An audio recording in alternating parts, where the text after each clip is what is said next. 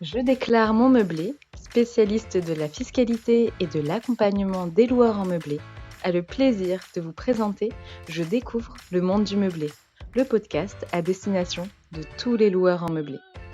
Que vous envisagiez de vous lancer dans l'aventure de la location meublée ou que vous soyez déjà fin connaisseur des avantages de cette activité, retrouvez-nous chaque semaine pour parler conseils, bons plans et suivre ensemble l'actualité de la location meublée.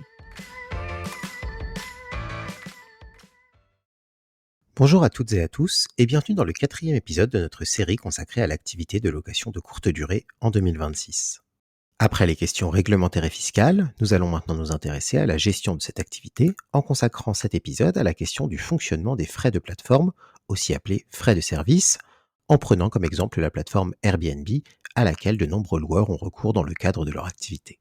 L'expression frais de service correspond dans le langage courant aux commissions prélevées par la plateforme lorsqu'un logement y est proposé et réservé par des voyageurs.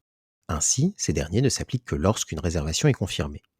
Ces frais peuvent être distingués en deux catégories.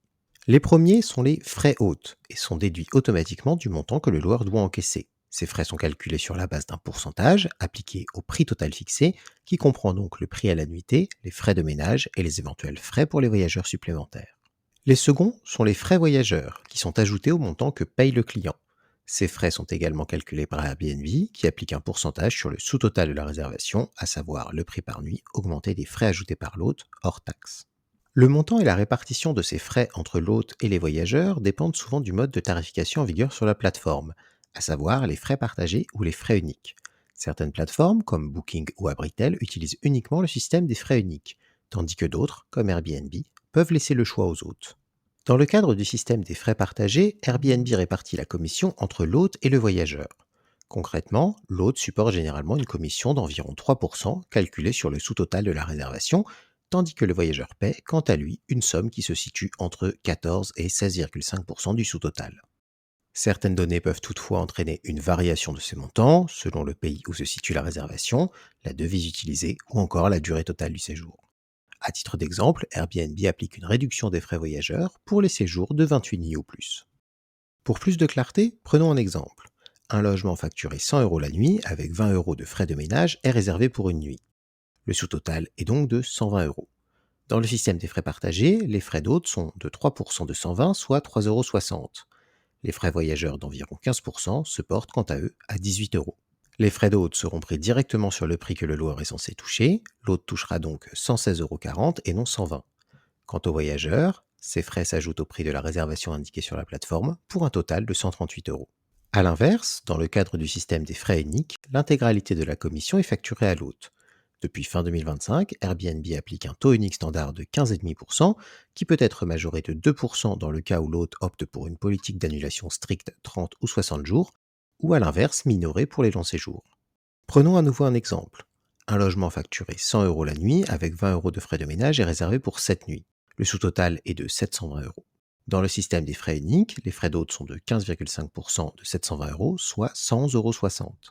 Les frais d'hôte sont pris directement sur le prix que le loueur est censé toucher, l'hôte reçoit donc 608,40 € et non 720 €. Quant au voyageur, il s'acquitte du prix de réservation affiché, soit 720 €. Enfin, il est important de noter que les frais pour les expériences, autrement dit les activités proposées par les hôtes et que les visiteurs peuvent réserver, comme des ateliers ou des visites, sont quant à eux systématiquement à la charge de l'hôte. Ils prennent la forme d'une commission d'un montant d'environ 20% du prix de l'activité, taux qui peut être consulté par les hôtes sur leur tableau de bord. Mais alors, quel système faut-il privilégier? En principe, c'est l'hôte qui choisit le système applicable, mais dans certains cas, Airbnb ne lui laissera pas le choix. En effet, le système des frais uniques s'applique obligatoirement à certains types d'établissements, comme les hôtels ou résidences de tourisme, ainsi que pour les hôtes connectés à un logiciel de gestion locative. En effet, en 2025, Airbnb a progressivement supprimé le modèle à frais partagés pour les hôtes utilisant un logiciel de gestion locative, avec bien évidemment des répercussions sur la marge de l'hôte et le prix final pour le voyageur. Si vous êtes obligé de recourir au système des frais uniques et que vous souhaitez limiter cet impact sans devoir nécessairement recourir à une augmentation du prix, le mieux reste de les intégrer partiellement dans le prix par nuit, surtout pendant les périodes de forte demande. En revanche, en basse saison, il convient de rester prudent pour ne pas freiner les réservations. Il est donc conseillé d'adapter vos tarifs en fonction de la demande locale et des périodes de l'année. Pour obtenir ces informations, vous pouvez regarder le niveau moyen d'occupation des logements similaires autour de vous. Si la demande est élevée, pendant les week-ends prolongés, les vacances scolaires par exemple, vous pouvez augmenter légèrement vos prix, tandis qu'en période creuse, il sera probablement pertinent de les ajuster à la baisse. Du point de vue fiscal, il est important de garder à l'esprit que les frais de service incluent une TVA de 20%, ce qui augmente donc également le coût réel pour l'hôte. Toutefois, si votre activité de location de courte durée est assujettie à la TVA et que vous avez renseigné votre numéro de TVA sur Airbnb, la plateforme ne vous la facture pas. Vous devez alors déclarer et, le cas échéant, récupérer cette TVA dans votre comptabilité. Pour cette étape, et plus généralement pour la bonne tenue de la comptabilité de votre activité, il est capital de conserver toutes les factures, les relevés de paiement des voyageurs et les justificatifs de taxes de séjour. Ces documents sont en effet indispensables pour pouvoir déduire vos charges si vous êtes au régime réel, et il est conseillé de consulter un expert comptable pour déterminer les règles exactes applicables à votre situation. À titre de conclusion, rappelons également que les commissions ne sont pas doublées en cas d'exercice de l'activité avec un co-hôte.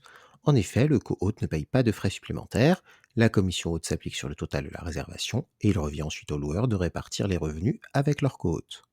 Notre épisode sur les frais de plateforme touche à sa fin. Pour le prochain épisode de cette série, nous resterons également dans le thème des plateformes de réservation saisonnière en nous intéressant cette fois-ci à la question de la rédaction des annonces de location. Si vous avez aimé notre podcast, faites-le nous savoir et n'hésitez pas à vous rendre sur notre site internet, à nous suivre sur les réseaux sociaux ou encore à nous contacter directement par téléphone ou par mail à l'adresse contact@jedéclaremonmeublé.com.